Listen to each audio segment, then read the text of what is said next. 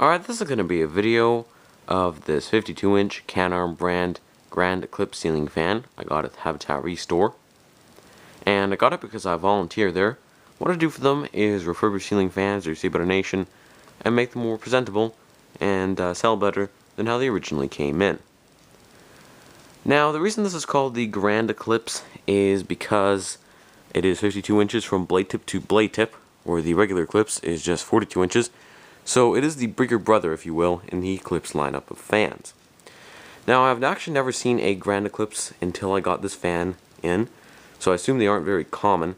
Probably some sort of promotional or special offer. Without any further ado here, I will show the fan, but first I'm going to demonstrate the light kit. As you can see, this does work, and I'm using two 60 watt equivalent energy-saving compact fluorescent bulbs in there. I'll turn that off.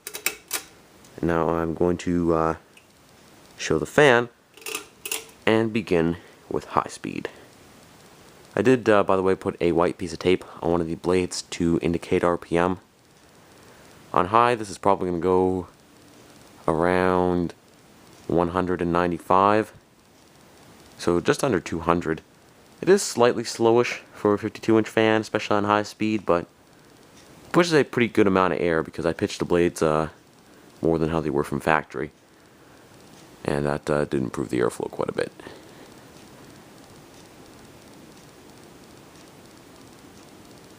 I'm going to go to medium speed now,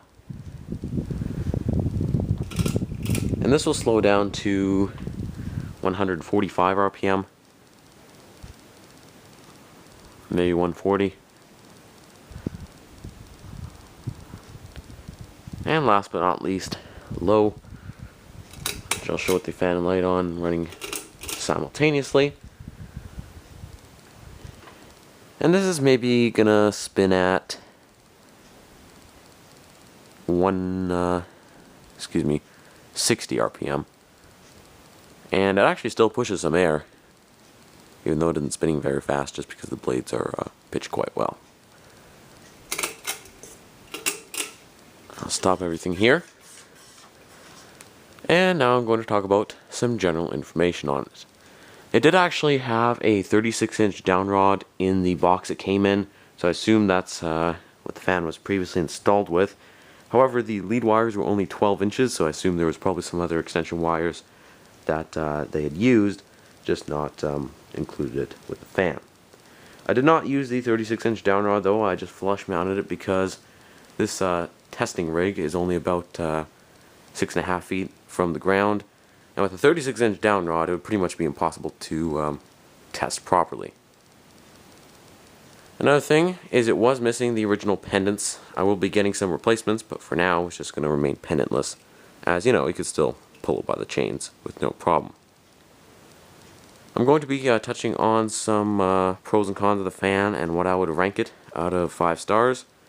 Firstly, I like the fact that it has reversible blades, just like the other fans in the Eclipse series. One side is white, the other side is bleached oak. Interestingly enough, it's a little bit different than Canarm's standard bleached oak. It has kind of more of a light color to it. I still like it though, as opposed to the white. I think it looks nicer in my opinion. Another thing is it does have a dome light kit, which is potentially removable. However, Canarm really never intended this fan for use without light kit, as you'd still be left with a light kit pull chain that wouldn't really be used for anything. So it is possible, it just really would be a little bit pointless with that extra chain hanging out. And of course it could be down rod or flush mounted. Like I did mention earlier, I'm using it with the flush mount setup, which is probably good for lower ceilings.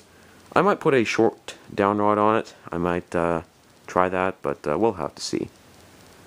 What I don't like, however, is this definitely is a cheaper fan. You know, metal parts are a little bit better than average Canarm quality, at least of this generation of fans. However, it really is not the best performing, a little bit noisy, slightly flimsy. Overall, though, I would have to give this probably 3.5 out of 5 stars, just because it is pretty unique. I mean, this is the first Grand Eclipse I've ever seen, so they can't be too common. But yeah, really no quality difference from the standard Eclipse fan. Anyway guys, thank you for watching. I hope you enjoyed the video, and there's lots more to come in the near future. And if you have any more information about the Grand Eclipse, please feel free to post it in the comment box below.